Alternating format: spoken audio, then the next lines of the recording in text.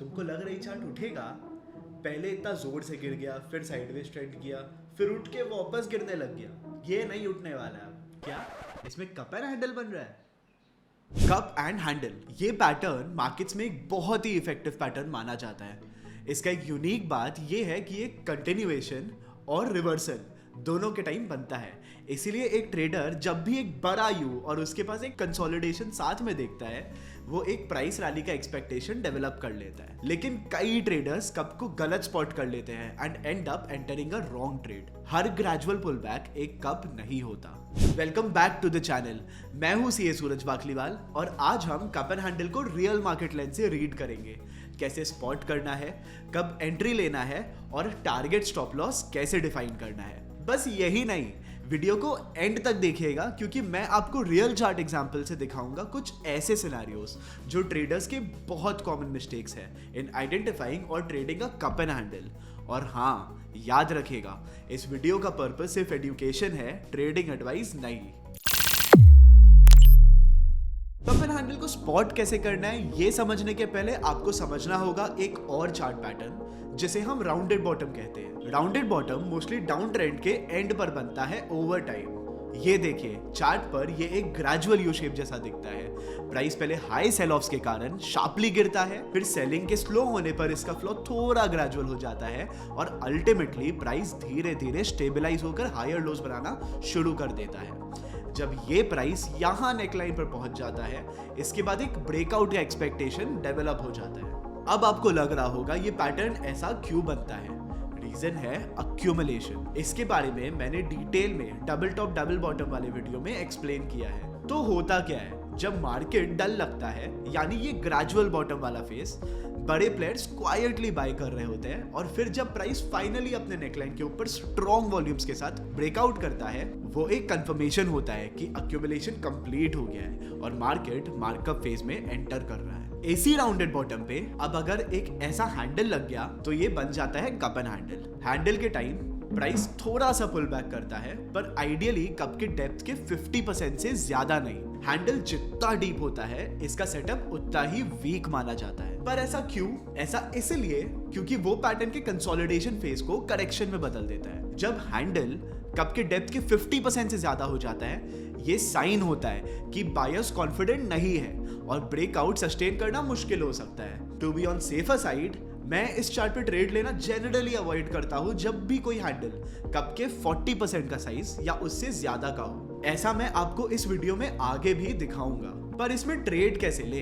Rounded bottom में तो generally मैं प्रेफर करता हूँ ट्रेड तभी लेना जब उसके साथ मुझे एक डबल बॉटम या ट्रिपल बॉटम फॉर्मेशन बनता हुआ दिख रहा हो। ये मुझे आरबीएल बैंक के चार्ट में देखने मिला, जो मैं एग्जाम्पल सेक्शन में डिस्कस करूंगा। जब राउंडेड बॉटम में मुझे कोई डबल टॉप या डबल बॉटम नहीं बनता दिखता, I wait for the formation of a handle. तो कप एंड हैंडल में एंट्री कब लेना है, मैं आपको सीधे एग्जाम्पल्स के थ्रू ही बताता हूँ। तो चलिए चलते हैं सीधे रियल चार्ट्स पर, जहां हम डिस्कस करेंगे कुछ सिनेरियोस जो आप ट्रेड करते टाइम फेस कर सकते हैं। Rounded bottom with triple bottom, successful cup and handle with breakout और successful inverse cup and handle with breakdown. पहला एग्जांपल देखिए, एक सक्सेसफुल राउंडेड बॉटम फॉर्मेशन जो डेली टाइम फ्रेम में देखा गया था आरबीएल बैंक के चार्ट में। इसमें आप देखिए यहाँ एक क्लियर यू शेप बनता हुआ दिख रहा है। इसका लोएस्ट पॉइंट यहाँ 146 रुपीज पर बना है और नेकलाइन का फॉर्मेशन अराउंड 210 रुपीज। स्टार्टिंग में जब प्राइस गिर रहा है, हमें लार्ज सेल वॉल्यूम्स भी दिख रहे हैं और प्राइस के बढ़ते वक्त लार्ज बाय वॉल्यूम्स।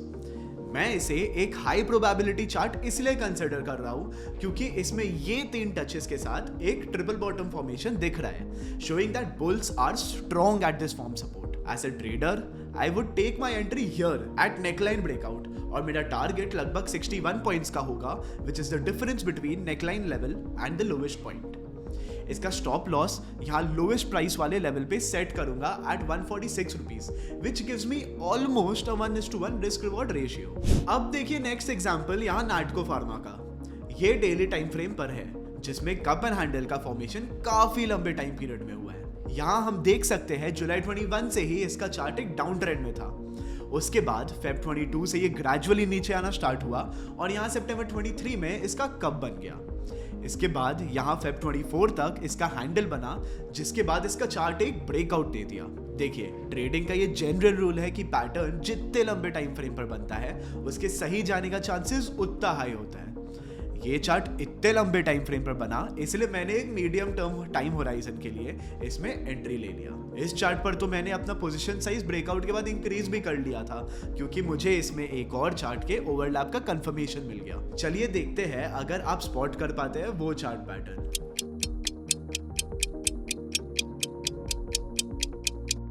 ये देखिए, यहाँ एक बुलिश फ्लैग का फॉर्मेशन भी होता हुआ दिख रहा है। बुलिश फ्लैग के बारे में और जानने के लिए आप हमारे चैनल के वो वाले वीडियो को भी देख सकते हैं। तो अगर आप इस चार्ट पर ट्रेड कर रहे होते तो अग्रेसिवली आप यहाँ 15 फरवरी 2024 को ब्रेकआउट कैंडल में एंट्री ले सकते थे। इसका सेफर एंट्री यहाँ 13 मार्च 2024 को रीटेस्ट में भी हो सकता था, जहां इसका टारगेट रफली 410 पॉइंट्स का, जो कि कप का डेप्थ है, और स्टॉप लॉस 193 पॉइंट्स का, यानी यहाँ हैंडल के जस्ट नीचे होता। टारगेट के अचीव होने के बाद भी ये चार्ट एक मार्कअप फेज में है, तो आप ट्रेलिंग स्टॉप लॉस यूज करके इसके एक्सटेंडेड टारगेट्स भी ले सकते थे। चलिए अब नेक्स्ट एग्जांपल पर चलते हैं। यहाँ एक successful inverse cup and handle formation discuss करेंगे। ये मुझे निफ्टी के 15 मिनट चार्ट में देखने मिला और इसमें एक रिवर्सल ट्रिगर हुआ। देखिए, नेकलाइन फॉर्मेशन के पहले प्राइस एक अप ट्रेंड में था, फिर यहाँ आपको एक इन्वर्टेड यू और छोटा पुल बैक दिख रहा होगा। एक ट्रेडर यहाँ इनवर्स कप एंड हैंडल के फॉर्मेशन को स्पॉट कर पाएगा। वो एक शॉर्ट एंट्री यहाँ हैंडल फॉर्मेशन के बाद नेकलाइन पर लेगा to take advantage of the potential bearish movement. उसका टारगेट लगभग 342 पॉइंट्स नीचे का होगा, जो नेकलाइन से पीक का हाइट है, और स्टॉप लॉस यहाँ हैंडल के जस्ट ऊपर के प्राइस लेवल का, विच इज अराउंड 25-260 रुपीज। ये लगभग 1:2 का रिस्क रिवॉर्ड रेशियो है।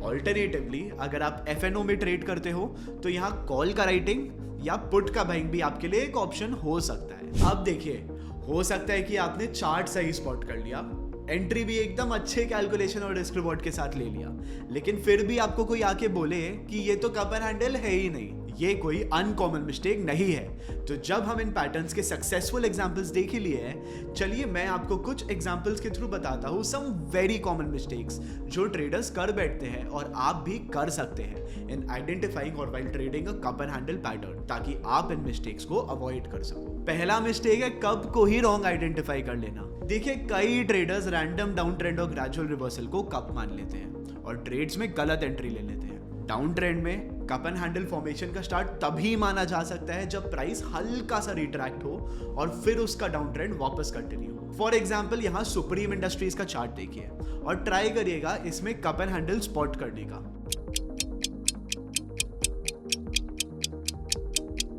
आपको यहाँ Jan 25 से लग रहा होगा कि 4730 रुपीज का प्राइस लेवल से कप का फॉर्मेशन हो रहा है। ऐसा नहीं है।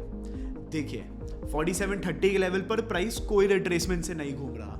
इन अदर वर्ड्स, ये कोई ग्रेजुअल डाउन ट्रेंड का स्टार्ट नहीं है, बट पुराने डाउन ट्रेंड का ही कंटिन्यूएशन है। अगर इस चार्ट में हमें कोई लेवल से कप एंड हैंडल का नेकलाइन आइडेंटिफाई करना होता तो वो यहाँ 5100 के पास का लेवल होता, क्योंकि यहाँ एक डाउन ट्रेंड में ही स्लाइट पुल बैक के बाद प्राइस वापस गिरना स्टार्ट हुआ है। पर क्योंकि प्राइस जुलाई में वापस बढ़ के यहाँ तक नहीं आया, ये एक कप का फॉर्मेशन ही नहीं है। अगर आप इस चार्ट को कप एंड हैंडल की तरह रीड करके हैंडल के नेकलाइन टच पर एंट्री ले लेते तो बहुत हाई चांस होता इसका स्टॉप लॉस हिट हो जाने का। अब कप एंड हैंडल सही स्पॉट करके आपने एंट्री भी सही ले लिया, लेकिन कई ट्रेडर्स ऐसे हैं जो इस पैटर्न में एग्जिट लेने में भी गलती कर देते हैं। एक और बहुत ही कॉमन मिस्टेक जो ट्रेडर्स अक्सर कर बैठते हैं is misinterpreting an invalidation and taking early exit. बहुत बार जब कोई चार्ट काफी टाइम तक साइडवेज ट्रेंड करता है आफ्टर द हैंडल ब्रेकआउट और अपना टारगेट नहीं रीच करता, ट्रेडर्स उसे पैटर्न का इनवैलिडेशन समझकर पोजीशन स्क्वायर ऑफ कर लेते हैं। इसका रिजल्ट ये होता है कि पैटर्न फिर अचानक टारगेट की तरफ मूव करके टारगेट अचीव कर लेता है और ये एक वेस्टेड अपॉर्चुनिटी हो जाता है फॉर द ट्रेडर। जब तक प्राइस हैंडल के नीचे नहीं जाता है, एक कप एंड हैंडल पैटर्न तब तक वैलिड सेटअप रहता है और इनवैलिडेट नहीं होता। जैसे चलिए आपको इसका एग्जाम्पल दिखाता हूँ हमारे पहले डिस्कस नैटको फार्मा वाले ही चार्ट पर। यहाँ प्राइस नेकलाइन ब्रेकआउट के बाद काफी टाइम तक कंसोलिडेट किया था बिफोर अचीविंग द टारगेट। अगर कोई ट्रेडर इस कंसोलिडेशन फेज में ही अपना पोजीशन स्क्वायर ऑफ कर लेता तो he would have missed the profit that he could have made by achieving the target. अब जो तीसरा पॉइंट मैं बताने जा रहा हूँ वो एग्जैक्टली गलती नहीं है, बट इंडिकेशन है ऑफ अ वीक सेटअप जो आपको अवॉइड करना चाहिए। जब भी कप एंड हैंडल में एक डीप हैंडल फॉर्मेशन होता हुआ दिखे, डीप मतलब बहुत जन 50% कंसिडर करते हैं, बट टू बी सेफ मैं कंसिडर करता हूँ 40% ऑफ कप साइज से ज्यादा। डीप हैंडल में आपको ट्रेड लेना अवॉइड करना चाहिए। जैसा आप देखिए इधर शोभा लिमिटेड का चार्ट, जिसमें एक बेरिश फेज में कप एंड हैंडल बनता हुआ दिख रहा है, इंडिकेटिंग अ रिवर्सल। इसमें देखिए जो कप का डेप्थ है वो लगभग 600 पॉइंट्स का है और हैंडल का डेप्थ लगभग 250 पॉइंट्स का। This means the handle size is approximately 42% of cup size. इस चार्ट में अगर हैंडल के नेकलाइन कैंडल पर आप एंट्री लेते तो आगे जाकर आपका स्टॉप लॉस हिट हो जाता as the price went below the handle. तो अगर आज का ये वीडियो आपको हेल्पफुल लगा, वीडियो को लाइक और शेयर जरूर करना। नेक्स्ट जब भी आपको चार्ट पर एक राउंडेड बॉटम या कप एंड हैंडल फॉर्मेशन दिखे तो एंट्री लेने के पहले एक बार रीचेक जरूर कर लेना कि कप वैलिड बन रहा है या नहीं। हैंडल के डेप्थ पर भी एक बार जरूर ध्यान देना और मोस्ट इंपॉर्टेंटली ये याद रखना कि हर ट्रेड विन एक प्रोबेबिलिटी है, गारंटी नहीं। कमेंट्स में बताना नेक्स्ट किस पैटर्न पर आपको ऐसा रियल मार्केट डीप डाइव चाहिए। मैं हूं सीए सूरज बाकलीवाल, मिलते हैं नेक्स्ट एपिसोड में एक नए पैटर्न के साथ।